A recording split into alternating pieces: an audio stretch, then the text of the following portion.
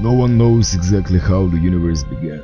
Some theorize that a catastrophic cosmic explosion sent the infinite world spinning out in the vastness of the Great Dark, worlds that would one day bear life forms of wondrous and terrible diversity. Others believe that the universe was created as a whole by a single all-powerful entity.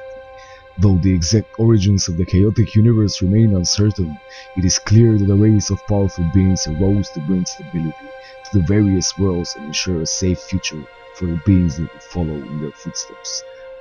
The Titans, colossal metallic-skinned gods from far reaches of the cosmos, explored the newborn universe and set to work on the worlds they encountered. They shaped the worlds by raising mighty mountains and dredging out vast seas. They breathed skies and raging atmospheres into being. It was all part of their unfathomable, far-sighted plan to create order out of chaos. They even empowered primitive races to tend to their works and maintain the integrity of their respective worlds. Ruled by an elite sect known as the Pantheon, the Titans brought order to 100 million worlds scattered throughout the Great Dark beyond during the first stages of creation. The benevolent Pantheon, which sought to safeguard the structure of worlds, was ever vigilant against the threat of attack from the vile, extra-dimensional entities of the twisting Nether. The Nether, an ethereal dimension of chaotic magics that connected the myriad worlds in the universe, was home to an infinite number of malefic demonic beings who sought only to destroy life and devour the energies of the living universe. Unable to conceive of evil or wickedness in any form, the Titans struggled to find a way to end the demon's constant threat. Over time, demonic entities made their way into the Titans' forms, worlds from the twisted Nether, and the Pantheon elected its greatest warrior, Sargeras, to act as its first line of defense. A noble giant of molten bronze, Sargeras carried out his duties for countless millennia, seeking out and destroying those demons wherever he could find them. Over the eons, Sargeras encountered two powerful demonic races, both of which were bent on gaining power and dominance over the physical universe. The Eredar, an insidious race of devilish sorcerers, used their warlock magics to invade and enslave a number of worlds. The indigenous races of those worlds were mutated by the Eredar's malevolent powers and turned into demons themselves. Though Sargeras' nearly limitless powers were more than enough to defeat the vile Eredar, he was greatly troubled by the creature's corruption and all-consuming evil.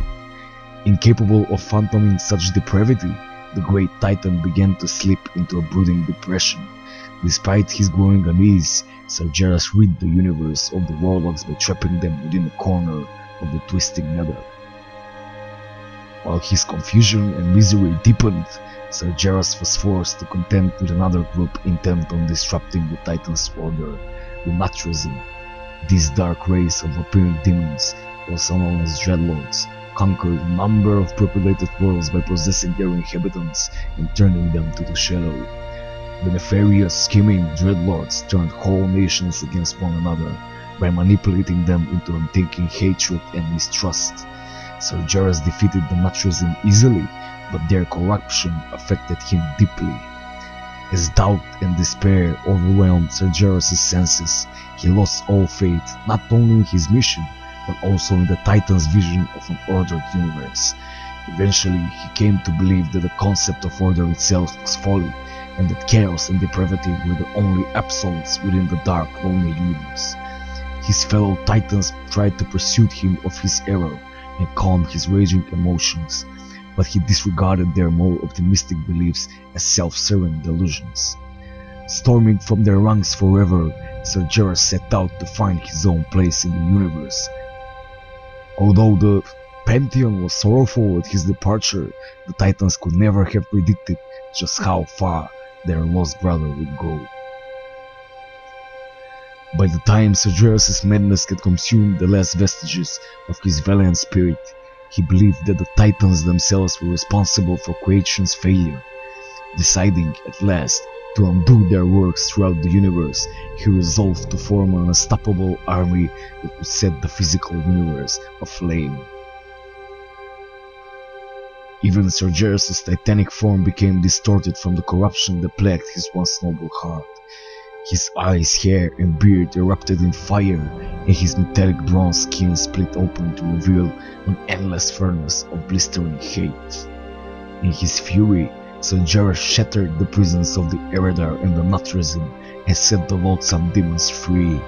These cunning creatures bowed before the Dark Titan's vast rage and offered to serve him in whatever malicious ways they could.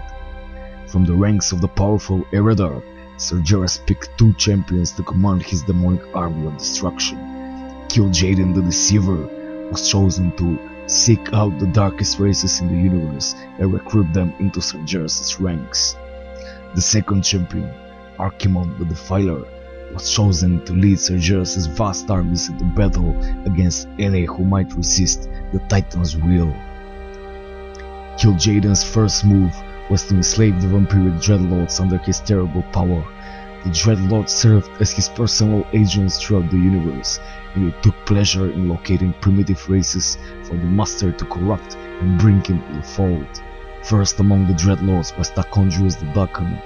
Tichondrius served Kil'jaeden as the perfect soldier and agreed to bring Sargeras' burning will to all the dark corners of the universe. The mighty Archimonde also empowered agents of his own, calling upon the malefic Pit Lords and their barbarous leader, Meneroth the Destructor. Archimonde hoped to establish a fighting elite that would scour creation for life. Once Sargeras saw that his armies were amassed and ready to follow his every command, he launched his raging forces into the vastness of the Great Dark. He referred to his growing army as the Burning Legion. To this date, it is still unclear how many worlds they consumed and burned on their unholy burning crusade across the universe.